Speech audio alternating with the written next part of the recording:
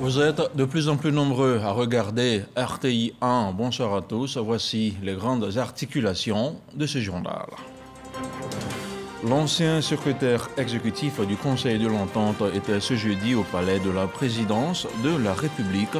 Patrice Kwame est allé remercier le chef de l'État, le président Alassane Ouattara, pour lui avoir permis de servir cette organisation sous-régionale. Après leur brillante participation au camp de formation des femmes leaders émergentes en politique organisé par le NDI, plusieurs femmes de l'Union du fleuve Mano ont été reçues ce jeudi par la première dame. Madame Dominique Ouattara les a invitées à participer activement à la vie politique de leurs pays respectifs. Et puis aux États-Unis, le Premier ministre Patrick Hachi était l'invité de l'Atlantic Council à Washington.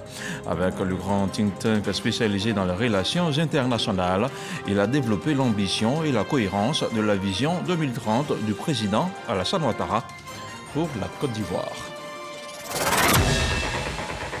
Voilà pour les titres. Il dit être venu faire ses civilités au chef de l'État au terme de sa mission à la tête de l'organisation sous-régionale du Conseil de l'Entente. Patrice Kwame était ce jeudi au palais de la présidence de la République. Il a été reçu par le chef de l'État Alassane Ouattara. C'est un compte rendu d'Awa Touré. Au terme de sa mission à la tête du secrétariat exécutif du Conseil de l'Entente, la plus ancienne des organisations de la sous-région ouest-africaine, Patrice Kwame, reçu par le président de la République Alassane Ouattara.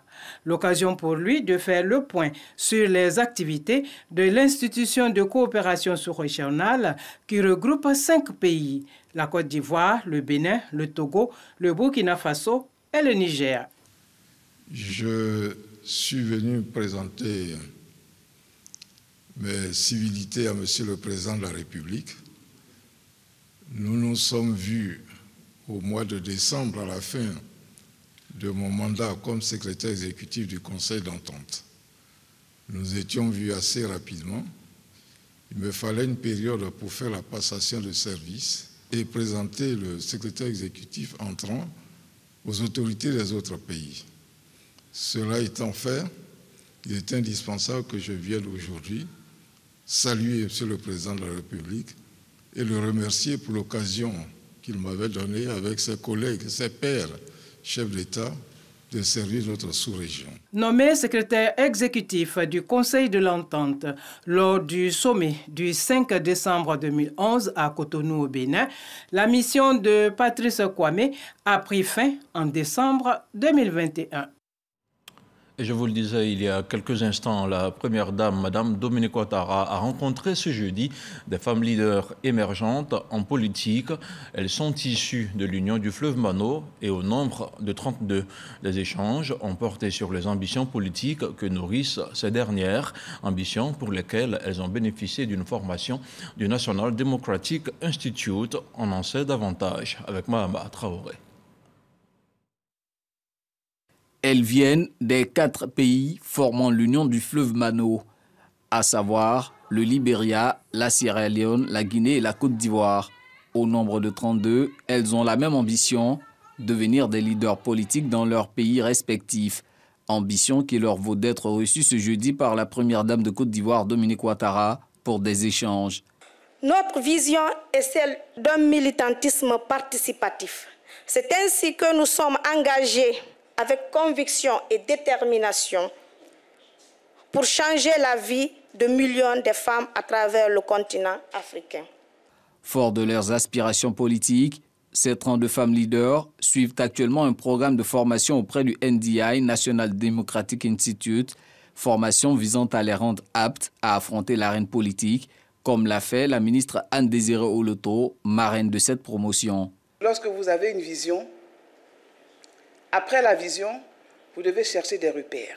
Eh bien, moi, ma vision, c'est celle du président de la République. Et je vous ai cité des repères au niveau des femmes politiques. Mais des repères tout simplement en tant que femme leader. C'est Madame Dominique Ouattara, la marraine des marraines. Parce qu'à côté du président de la République, elle a réussi à fédérer des femmes et à faire de ces femmes des leaders dans leurs différents milieux. Et elle est vraiment l'illustration parfaite du message que nous essayons de communiquer aux jeunes dames pour dire que le leadership politique, ce n'est pas seulement l'activisme dans la politique partisane. C'est aussi tout ce qu'on peut faire dans le social, dans l'humanitaire, dans les affaires, l'entrepreneuriat, pour améliorer les conditions de vie des populations.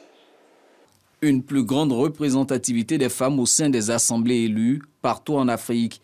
Un combat que soutient la première dame, Dominique Ouattara. Mes chères jeunes femmes leaders, je voudrais vous dire que je trouve admirable votre choix de participer à la vie politique de vos pays. C'est cet engagement qui vous a valu d'être retenu au terme d'une sélection rigoureuse pour participer au programme de NDI dénommé Réseau des femmes émergentes en politique, RFE, et je voudrais vous en féliciter. Mes chères filles, cette formation vous permettra de renforcer vos capacités à participer activement à la vie politique de vos pays respectifs. Je vous encourage à en tirer le meilleur parti et ainsi à optimiser votre pouvoir d'influencer positivement la société. En effet, il incombe à toutes les femmes de jouer leur partition au sein de leur communauté en prenant une part active au niveau politique et économique, mais aussi au niveau social. À la suite des allocutions, des échanges francs et directs, ce qui a permis à ces futurs leaders politiques de bénéficier des conseils et des orientations de la première dame de Côte d'Ivoire pour parvenir à l'ascension sur l'échiquier politique.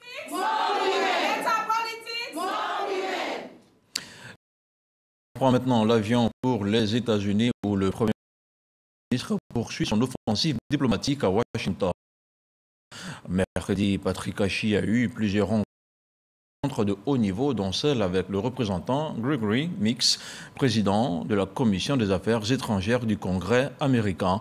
Patrick Hachi a aussi exposé à l'Atlantic Council sur la vision 2030 du président Alassane Ouattara. Alexis Ouetraogo, Lamine Ramé.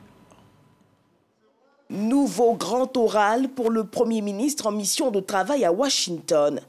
Invité du think tank Atlantic Council, Patrick Hachi présente la vision 2030 du gouvernement ivoirien qui anticipe sur les défis majeurs des prochaines années.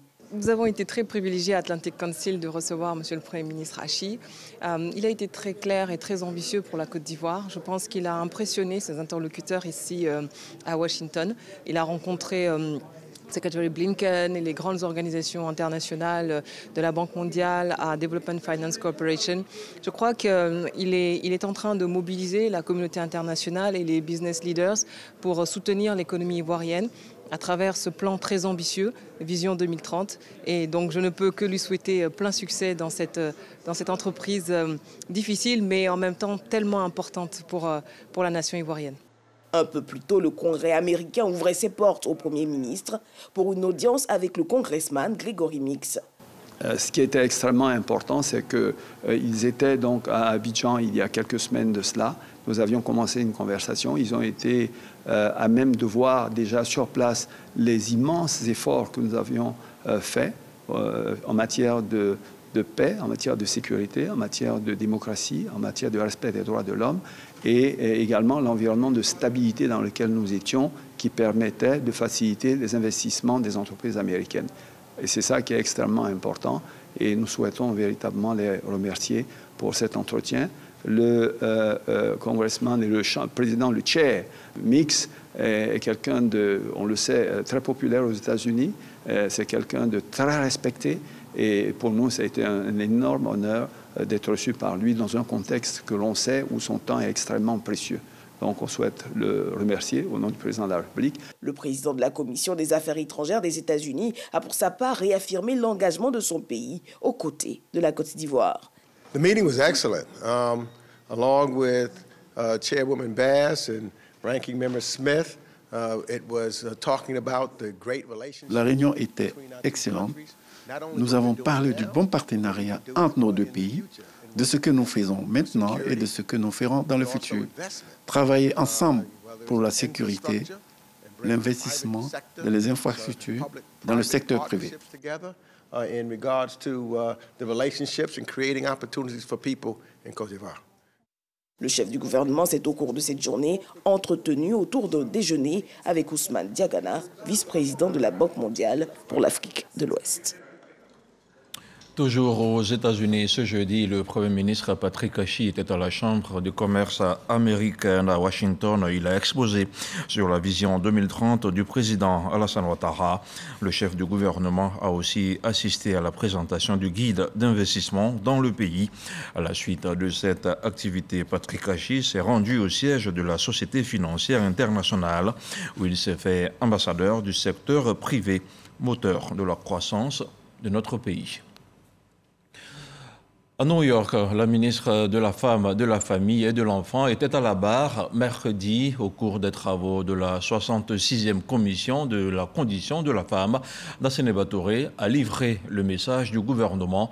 On fait le point de son intervention avec Ami Sissoko. 66e session de la condition de la femme à New York. Le message de la Côte d'Ivoire livré par Nassene Batoré au siège des Nations Unies, la ministre de la Femme, de la Famille et de l'Enfant a mis en lumière les acquis et les politiques en matière d'égalité des sexes et d'autonomisation des femmes et filles, notamment en termes de représentation de la femme aux postes électifs et de nomination, de protection contre les violences basées sur le genre, de violences domestiques et d'éducation. Sans oublier les acquis pour les femmes au niveau du mariage, de la succession, de la filiation du code du travail. Les femmes qui représentent 70% de la force de travail agricole et qui produisent 90% des denrées alimentaires sont prises en compte dans l'élaboration des politiques, des programmes et projets climatiques et environnementaux. J'en veux pour preuve les campagnes de sensibilisation et de plaidoyer menées par le gouvernement auprès des communautés avec l'appui des partenaires au développement pour une meilleure accessibilité des femmes à la terre. Nassene Batoré n'a pas manqué de souligner également que pour favoriser la résilience des femmes face au réchauffement climatique, le gouvernement multiplie les stratégies. Entre autres, la mise en œuvre de protection contre les risques climatiques à travers la transmission vers une économie plus verte visant à réduire les émissions de gaz à effet de serre de 28% à l'horizon 2030 et la restauration des terres et forêts dégradées avec l'implication des communautés. S'agissant des énergies renouvelables, 3 projets de production d'énergie solaire sont en cours de réalisation dans le nord de la Côte d'Ivoire, ainsi qu'une dizaine de centrales solaires. Un projet commercial de biomasse de grande envergure à partir des déchets de la culture du palmier à huile est en cours de réalisation.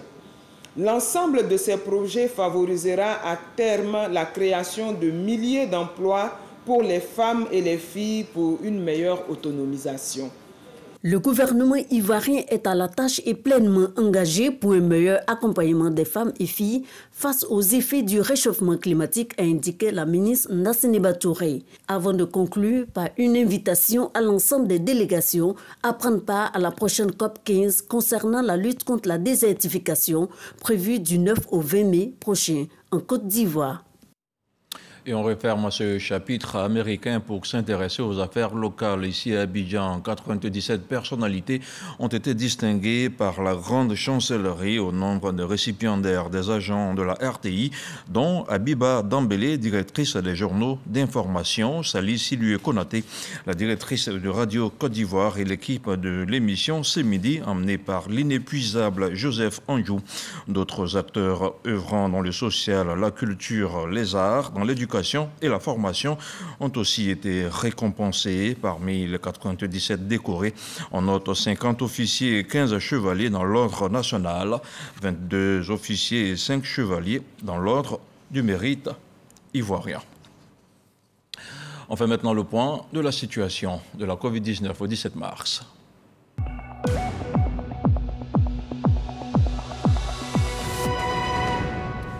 Le ministère de la Santé et de l'Hygiène publique et de la couverture maladie universelle a enregistré ce jeudi 11 nouveaux cas de Covid-19 sur 1676 échantillons prélevés, soit 0,6% de cas positifs, 20 guéris et 0 décès. À la date du 17 mars, la Côte d'Ivoire compte donc 81 637 cas confirmés, dont 80 778 personnes guéries, 796 décès et 54 cas actifs. Le nombre total d'échantillons est d'1 451 949. Le 16 mars, 14 797 doses de vaccins ont été administrées, soit un total de 10 566 505 doses du 1er mars 2021 au 16 mars 2022. Le ministre de la Santé, de l'Hygiène publique et de la couverture maladie universelle invite toutes les personnes de plus de 18 ans à se faire vacciner dans les centres dédiés. Il rappelle que le vaccin contre la Covid-19 est gratuit et volontaire. Autre chose à présent, le ministre de l'Équipement et de l'Entretien routier est sur le terrain. Amédée Kofi Kwaku a visité le tronçon Boaké-Satama-Sokora avec le ministre Ali Koulibaly et le ministre gouverneur Jean-Claude Kwasi. Ils sont allés vérifier la qualité des travaux et le respect des délais de livraison. Éric Goré. L'État travaille pour vous. Plus qu'un slogan, une réalité sur le terrain. Visiblement, le réseau routier ivoirien se transforme de façon rapide et constante. Les endroits les plus reculés du pays reçoivent leur part du gâteau. Ici, c'est le tronçon Satama-Sokoro et Satama-Sokora. Des pistes sont devenues des autoroutes avec un avancement de travaux de 24%. Amédée Kwaku, ministre de l'Équipement et de l'Entretien routier, est sur le terrain, accompagné de deux ministres. Ali Koulibaly, ministre conseiller spécial auprès du président de la République, et de Jean-Claude Kwasi, ministre gouverneur du district autonome de la vallée du Bandama. Les travaux se déroulent comme prévu, selon le ministre Amédée Kwaku. C'est une route qui fait 81 km de long, dont avec 9 km de voirie, 3 km à Boaké, 3 km à Satama-Sokoro, 3 km à Satama-Sokora. Donc c'est un projet qui fait environ 90 km. Officiellement, le chantier a démarré en janvier 2021. Nous sommes à un taux d'avancement d'environ 24%, pour un temps consommé d'environ 40%. Et ici, dans la région donc, du Hambol, nous avons donc la ville les villes de Satama-Sokoro et Satama-Sokora. Il était bon que ces villes-là soient accessibles par le bitume. C'est la vision du président, c'est pour ça que nous sommes là. Ce chantier est en cours. Nous sommes venus nous assurer que les travaux avancent bien et on se rend compte que les choses avancent bien. Ali Koulibaly et Jean-Claude Kwasi saluent ce projet de développement du président de la République. Le président de la République a promis et il est en train de le réaliser. C'est une bonne chose. Le président tient absolument à ce que ce tronçon se fasse, ainsi que d'autres d'ailleurs en Côte d'Ivoire. Et on voit que notre pays est parsemé de nouvelles routes, ce qui est une très bonne chose pour le développement. On dit toujours que la route précède le développement, mais on oublie d'ajouter souvent qu'elle accompagne aussi le développement. Non seulement elle précède, mais ensuite elle accompagne le développement. Nous sommes heureux de voir que les travaux ont bien repris et que les choses avancent et que fin 2023, nous aurons donc ce tronçon routier-là qui est important dans le développement de notre district. Prochaine étape de cette visite, les tronçons d'Abakala-Kong et Ngolodougou-Kong. Booster la coopération diplomatique et économique entre la Côte d'Ivoire et la Turquie. C'est l'un des défis que s'attelle à relever la ministre des Affaires étrangères. Un an après sa nomination à la tête de la diplomatie ivoirienne, Kandia Camara vient d'effectuer sa deuxième mission de travail en Turquie. Après les étapes d'Antalya et d'Ankara, elle a présidé mercredi le mini-sommet Côte d'Ivoire-Turquie. L'objectif est clair, il s'agit de mettre en relation les investisseurs turcs et le secteur privé ivoirien afin de consolider l'axe Yamoussoukro-Ankara. C'est le dossier inter proposé ce soir par Michel Digré.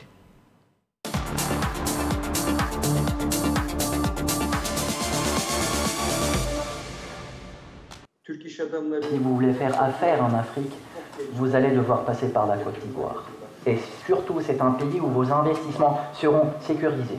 Le président de la conférence des investisseurs turcs rassure et indique la voie à suivre à ses compatriotes s'ils veulent faire fructifier leurs affaires. En moins de 6 mois, c'est la seconde fois que la ministre des Affaires étrangères, Kandia Camara, est à Istanbul pour promouvoir les opportunités d'investissement en Côte d'Ivoire. Considérant le secteur privé comme moteur de la croissance économique, Son Excellence M. Alassane Ouattara, dès son accession à la magistrature suprême de la Côte d'Ivoire en 2011, a mis un point d'honneur sur l'appui aux entreprises ivoiriennes afin de les accompagner dans leur rôle d'accélérateur de la transformation structurelle de l'économie. Dans la même dynamique, de profondes réformes structurelles ont été menées dans quasiment tous les secteurs en vue d'assainir l'environnement des affaires et de le rendre attractif aussi bien pour les investisseurs nationaux qu'étrangers. Tous les membres de la délégation ivoirienne sont à la manœuvre pour convaincre les investisseurs turcs. Le potentiel du coton en Côte d'Ivoire, nous sommes pour la campagne dernière à 560 000 tonnes. 560. Il y a une séance de B2B qui est organisée et qui permet aux opérateurs économiques des deux côtés justement de se frotter, d'échanger, de voir ce qui peut être fait ensemble et ce qui est réellement offert aux investisseurs. Parce qu'en Côte d'Ivoire, nous sommes un pays ouvert où nous créons des conditions pour tous ceux qui veulent investir. Les opérateurs économiques turcs sont séduits par les différents exposés. Les projets, c'est pouvoir transformer le cacao, transformer le cajou et industrialiser en faisant des usines comme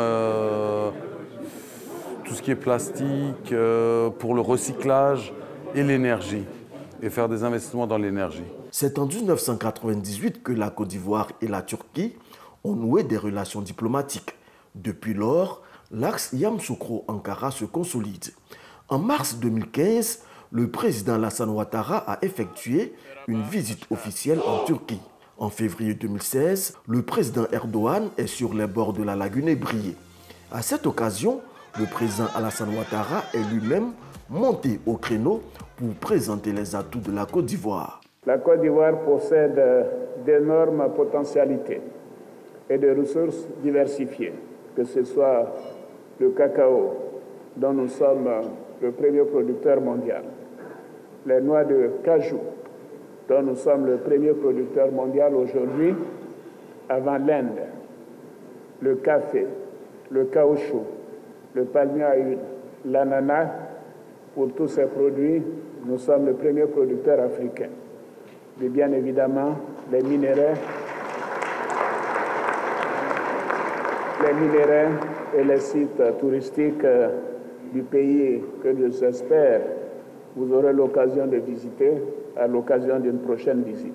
Entre 2013 et 2021, le volume des échanges commerciaux entre les deux pays est passé de 200 millions de dollars à plus de 630 millions de dollars. Les deux présidents ont souhaité franchir la barre du milliard de dollars. Porté à la tête du ministère des Affaires étrangères en 2021, Kandia Camara veut traduire en acte cette volonté des deux chefs d'État en donnant un coup d'accélérateur à la diplomatie économique entre la Turquie et la Côte d'Ivoire.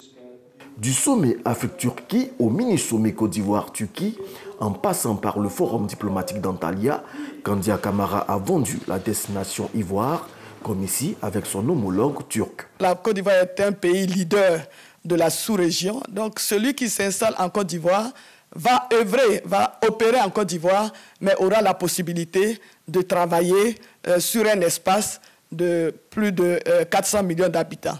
Tout ce que nous faisons pour la Côte d'Ivoire, nous le faisons certes pour la Côte d'Ivoire, mais nous le faisons aussi au bénéfice des populations de la sous-région qui viennent très nombreuses chez nous. Kandia Camara a également eu une séance de travail avec le ministre des Affaires religieuses. Surtout ce que nous retenons, c'est la grande annonce qui a été faite par le président de la Turquie d'offrir une grande mosquée de style ottoman et un institut de formation à la Côte d'Ivoire. Pour atteindre ces objectifs, la ministre dit pouvoir compter sur l'ambassadeur Kadijata Touré et tous ses collaborateurs. C'est une nouvelle page de la coopération diplomatique entre la Turquie et la Côte d'Ivoire qui est en train de s'écrire avec cette visite de travail, marquée également par le dépôt de la gemme de fleurs au mausolée d'Atatürk, père fondateur de la République turque. C'est la troisième femme la plus belle au monde. La Miss Côte d'Ivoire 2021, Olivia Yassé, a terminé sur la troisième marche du podium à Porto Rico. Dans la nuit de mercredi à jeudi, le suspense était à son comble dans cette île des Caraïbes. Retour sur la marche victorieuse de celle qui aura dignement représenté toute l'Afrique. Logoretti. Olivia Yassé, Miss Côte d'Ivoire 2021, classée troisième plus belle fille du monde du prestigieux concours de beauté à Porto Rico. Belle, éloquente, charismatique, l'Ivoirienne captive le jury Miss Monde, les téléspectateurs aussi. C'est une fierté de la nation. Moi, je pense qu'elle le mérite. Bon, moi, franchement, pour ma part, elle méritait vraiment de remporter le concours de Miss Monde. Maintenant, bon, si Dieu a permis qu'elle a pris la deuxième place, tout est là, par la grâce de Dieu, donc c'est pas mauvais, c'est quand même bien.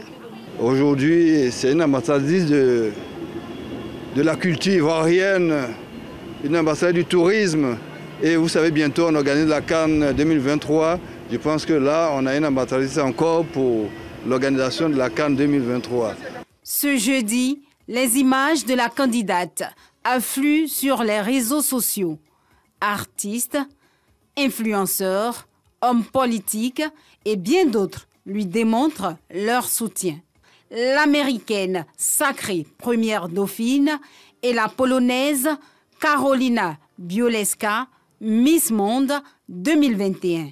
Deuxième dauphine de la compétition, Olivia Yassé est aussi Miss Monde Top Model 2021, Miss Monde Multimédia 2021 et Miss Monde Afrique 2021. Elle est super belle déjà, elle s'adapte à tout. Moi j'aime ça. Elle sort de l'ordinaire en fait. Pour nous, cette troisième place, c'est une première place. Parce que l'Afrique qui était représentée là-bas, dans ce concours Miss Monde, elle représentait l'Afrique. C'est donc une fierté certes ivoirienne, mais elle est devenue une fierté africaine. Olivia Yassé a été élue Miss Côte d'Ivoire 2021 le 4 septembre dernier. Le début de l'aventure qui l'amène au trio gagnant de la 70e élection, Miss Monde. C'était le commentaire de Sidonie Davila. Culture toujours, l'équipe de production de Bonjour 2022 sera à Paris samedi prochain pour propager la bonne humeur. Et comment se prépare ce voyage dans l'Hexagone avant cette grande messe du rire? Notre reporter Dema Dongui, Koné Pargasoro, a interrogé quelques humoristes. Voici son compte-rendu. Après le Palais de la Culture de Treichville et plusieurs villes de l'intérieur, équipe de production et humoristes de Bonjour de la RTI se tournent vers la diaspora, comme annoncé lors de la conférence de presse en 2021. Et c'est en France que les humoristes ont décidé de faire montre de leur potentialité artistique. Parmi eux, Gou Michel et Prissy la Dégameuse. Ça va être un spectacle inédit. Tous ceux qui ont été cités comme humoristes viendront avec un nouveau spectacle. Ce n'est pas du réchauffé que nous allons faire. Celui qui ne vient pas voir ce spectacle, je vais gifler son oreille gauche là. Il va comprendre sa douleur. Tout bon BT a un fond français et un fond américain. Donc je vis en famille. Paris, c'est ma famille, c'est chez moi. J'invite toute l'Afrique ce 19 mars-là à la Maison de la Mutualité. En plus d'eux, de nombreux autres humoristes prêts à donner le meilleur d'eux en vue d'égayer le public de la diaspora. Agalawal, Le Magnifique, Diboué Cravate, Ramatoulaye, Willy Dombo et Papitou. Comme on appelle les pangolais? Roné. Comme on appelle les palmiers? Ro. Comme on appelle la mort? Ro. Comme on dit en abbé, le pangolais est mort à haut du palmier. Roné, roré, roro. Cette deuxième édition de Bonjour Paris est placée sous le haut patronage de la ministre d'État, Kandia Camara, ministre des Affaires étrangères, de l'intégration africaine et de la diaspora. les parrainages de Maurice Kwaku Bandama, ambassadeur de Côte d'Ivoire en France et en principauté de Monaco, et de Ouattara-Dramane, dit Odé. Bonjour Paris est prévu pour ce samedi 19 mars à la Maison de la Mutualité de Paris, 24 rue Saint-Victor, 75 005. Ah, viens, bla bla bla bla. Viens ici, Retourne-toi. Va, Rosa. Oh, les blancs sont forts. Et on termine ce journal avec l'actualité hors de chez nous, avec notamment la junte malienne qui a ordonné dans la nuit de mercredi à jeudi la suspension de la diffusion de France 24 et RFI au Mali. Elle accuse le groupe France Média Monde de fausses allégations d'exactions commises par l'armée et rapportées par les deux médias français. France Média Monde déplore cette procédure et proteste vivement contre ces accusations infondées. Et depuis quelques heures déjà, RFI et France 24 n'émettent plus au Mali. Le train de l'information s'arrête ici pour ce soir. Merci de nous avoir suivis. On se retrouve demain dès 6h30 avec la grande équipe de la matinale, toujours sur RTI 1. Bonsoir.